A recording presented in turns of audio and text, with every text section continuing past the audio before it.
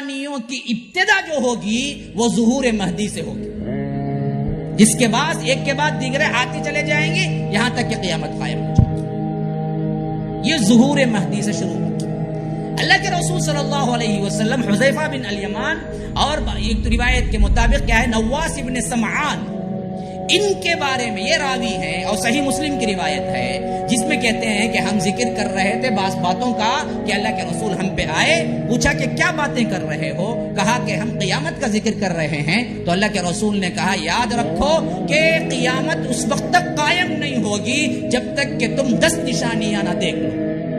اس وقت بڑی بڑی نشانیاں اللہ کے رسول نے گنوائی، فرمایا ثلاثۃ خسوف، خسف بالمشرق، خسف بالمشرق، خسف بجزیرۃ العرب،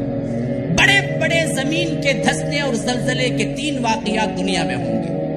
یہ ایک مشرق میں ہوگا ایشیا کے اندر،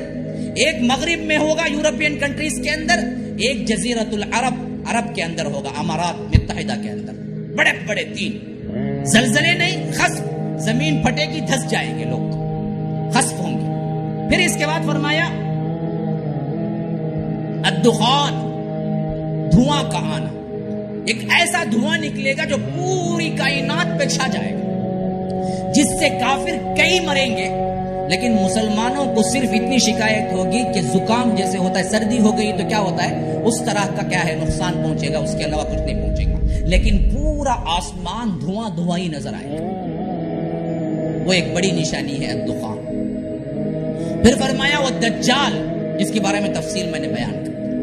پھر فرمایا وہ دابہ، ایک جانور زمین پھاڑ کے نکلے گا، اور اس کا ذکر قرآن میں بھی ہے، وَإِذَا وَقَعَ الْقَوْلُ عَلَيْهِمْ أَخْرَجْنَا لَهُمْ دَابَّةً مِّنَ الْأَرْضِ۔ اس وقت کو یاد کرو جب کیا ہے زمین پھاڑ کے ایک جانور نکلے گا تمہارے ہاں سے۔ روایتوں میں یہ بات ثابت ہے، یہ جانور مکے کے حرم کے اندر نکلے گا چاش کے وقت، بالکل ضحیٰ کا وقت، 10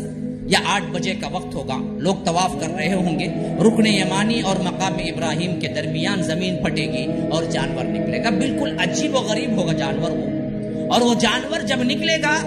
تو وہ اتنا واضح طور پر کافر اور مشرک کو الگ کر دے گا، مسلمان کو الگ کر دے گا کہ لوگ اس کے بعد اس پر ایمان لانا بھی شروع کر دیں گے تو اللہ ایمان قبول نہیں کرے گا۔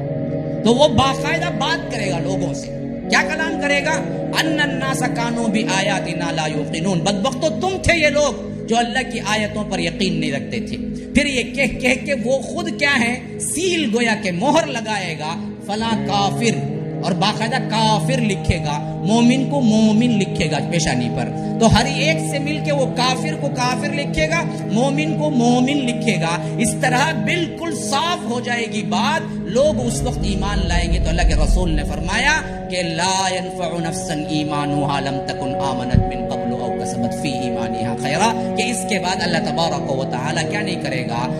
توبہ قبول نہیں کرے گا۔ تو 3 خسف، 4واں دھواں، 5واں دجال، 6واں دابہ، 7واں یاجوج ماجوج، اور 8واں کیا ہے نزول عیسیٰ،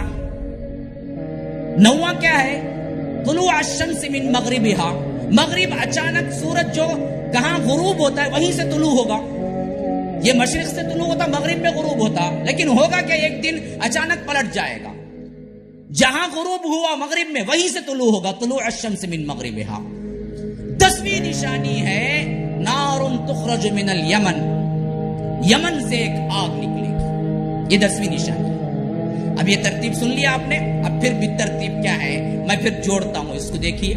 ظہور مہدی سے بات شروع ہوئی، قیامت کی بڑی نشانی شروع ہو گئی، اب انہی کے دور میں نزول عیسیٰ ہوگا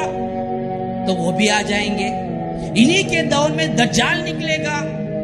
تو وہ قتل ہو جائے گا، انہی کے دور میں یاجوج ماجوج نکلیں گے تو ان کے ساتھ کیا ہے اللہ تبارک و تعالی انہیں نیست و نابود کر دے گا۔ پھر حضرت عیسیٰ نیچے آ کے زندگی گزاریں گے، وہ سب سے سنہری دور ہوگا مسلمانوں کا جس میں یہ رہیں گے، پھر ان کی وفات ہوگی، پھر مسلمان دھیرے دھیرے بھولنا شروع کر دیں گے وہی چیز جو ان کو سکھلائی گئی، پھر بگاڑ ان کے اندر پیدا ہوگا۔